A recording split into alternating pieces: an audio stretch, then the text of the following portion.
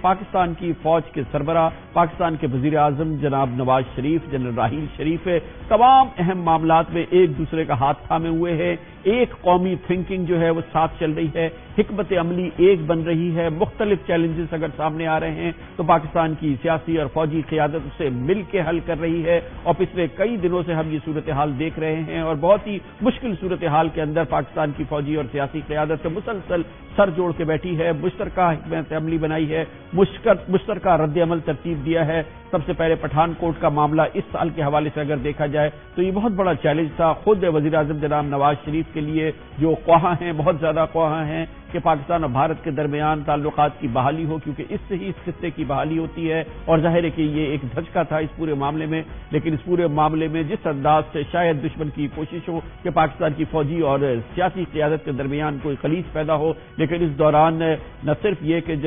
وزیر اعظم نواز شریف نے بہت ہی مستعدی کے ساتھ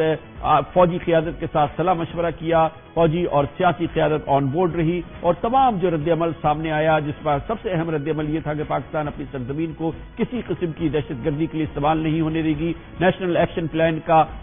کی زد جو ہے اس تک پہنچے گی، ہر اس گروپ تک جو کہیں پر بھی کسی انداز کی بھی انتہا پسندی میں مصروف ہو. اور اس کے لیے فوجی اور سیاسی قیادت نے مشترکہ پروگرام بنایا، مشترکہ حکمت عملی ترتیب دی اور اس کا رد عمل جو ہے وہ پیش کیا، دنیا کو پیش کیا. پھر ایران اور سعودی عرب کے معاملے میں بھی پاکستان کی فوجی اور سیاسی قیادت ایک دوسرے کے ساتھ بالکل جڑی ہوئی نظر آتی ہے اور ایک مشترکہ حکمت عملی ہے جس پہ اس وقت کام ہو رہا ہے. ریاض پہنچے ہیں اور اب کل تہران پہنچیں گے. اس سے پہلے جو دوسرے اہم معاملات ہیں، چاہے وہ آرمی پبلک اسکول کے بعد کی صورتحال ہو، نیشنل ایکشن پلان کی ترتیب دینے کی بات ہو، سندھ کی صورتحال کے حوالے سے بھی فوجی اور سیاسی قیادت ایک دوسرے سے جڑی نظر آتی ہے. اور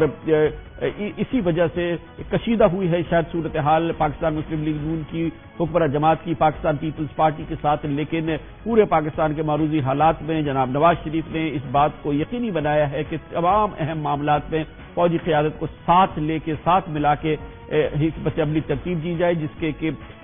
صورتحال جس کی عکاسی مسلسل کئی دنوں سے ہو رہی ہے. اور پچھلے اس ہفتے کے دوران خاص طور پہ اور اس نئے سال کے دوران جو ہے یہ بہت ہی زیادہ قربت نظر آئی ہے. بہت اہم موقع ہے کیونکہ جنرل راحیل شریف کا یہ آخری سال ہے چیف آف آرمی اسٹاف کے ٹینیور کی حیثیت سے. کل ملا کے اب ان کے تقریباً 10 ماہ رہ گئے ہیں اور ظاہر ہے کہ اس 10 ماہ کے دوران پاکستان اس وقت دہشت گردی کے خلاف جنگ میں مصروف ہے، جو کہ ابھی مکمل طور پہ ختم نہیں ہوئی ہے، مکمل طور پہ جیتی نہیں گئی ہے. اس کے بہت اہم مراحل اب بھی باقی ہیں. بھارت کے ساتھ جو تعلقات ہے اس حوالے سے ظاہر ہے کہ ابھی پیش رفت ہونا باقی ہے. افغانستان کے حوالے سے جو وہاں پہ صورتحال جنم لے رہی ہے وہ بھی ایک بہت اہم معاملہ ہے، اس میں بھی فوجی اور سیاسی قیادت کا ملنا بہت ضروری ہے. اور سب سے اہم معاملہ ہے چائنا پاکستان اقتصادی راہداری کا معاملہ، جو کہ پاکستان کے لیے گیم چینجر ہے. اور اس چائنا پاکستان اقتصادی راہداری میں بھی فوجی اور سیاسی قیادت ایک دوسرے سے بالکل جڑی ہوئی نظر آ رہی ہے، چاہے وہ سیکیورٹی کا معاملہ ہو، چاہے اس کے اسٹریٹجک معاملات ہوں، چاہے اس کے معاشی معاملات ہوں، اس میں بھی سیاسی اور فوجی قیادت مل کے نظر آ رہی ہے.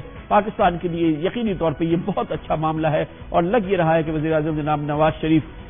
جو کہ اپنی تیسری مدت میں یہ ایک انفارچونیٹ بات ہے، لیکن جتنے دن اب انہوں نے حکومت کی اتنے دن انہوں نے حکومت اس سے پہلے نہیں کی ہے. لگتا یہ ہے کہ گزشتہ 2 ادوار سے جناب نواز شریف نے ضرور سیکھا ہے اور اس میں جو سب سے زیادہ اہم بات یہ ہے کہ وہ کس طرح سے قومی لیڈر کی حیثیت سے پاکستان کے جو اہم ترین قیادت کے اور طاقت کے ستون ہیں ان کو لے کے اور پھر ان کو لے کے آگے بڑھنا اور ایک ہم آہنگی پیدا کرنا. یقینی طور پہ اس کا رد عمل جو ہے وہ اس وقت پورے پاکستان میں نظر آ رہا ہے، جس کی ایک جھلک ہم نے آج بھی دیکھی جب جناب نواز شریف اور جنرل راحیل شریف ایک ساتھ جہاز پہ چل رہے تھے، ایک ساتھ وہ ریاض جا رہے تھے، سعودی عرب جا رہے تھے. کل پھر وہ تہران جائیں گے اور پھر پاکستان کا ایک موقف پیش کریں گے، مضبوط موقف ہوگا جو سامنے آئے گا. اور اس میں وہ جھلک ہم نظر نہیں آ رہی جو کہ جناب نواز شریف کے پہلے دور اقتدار میں ہوئی تھی جب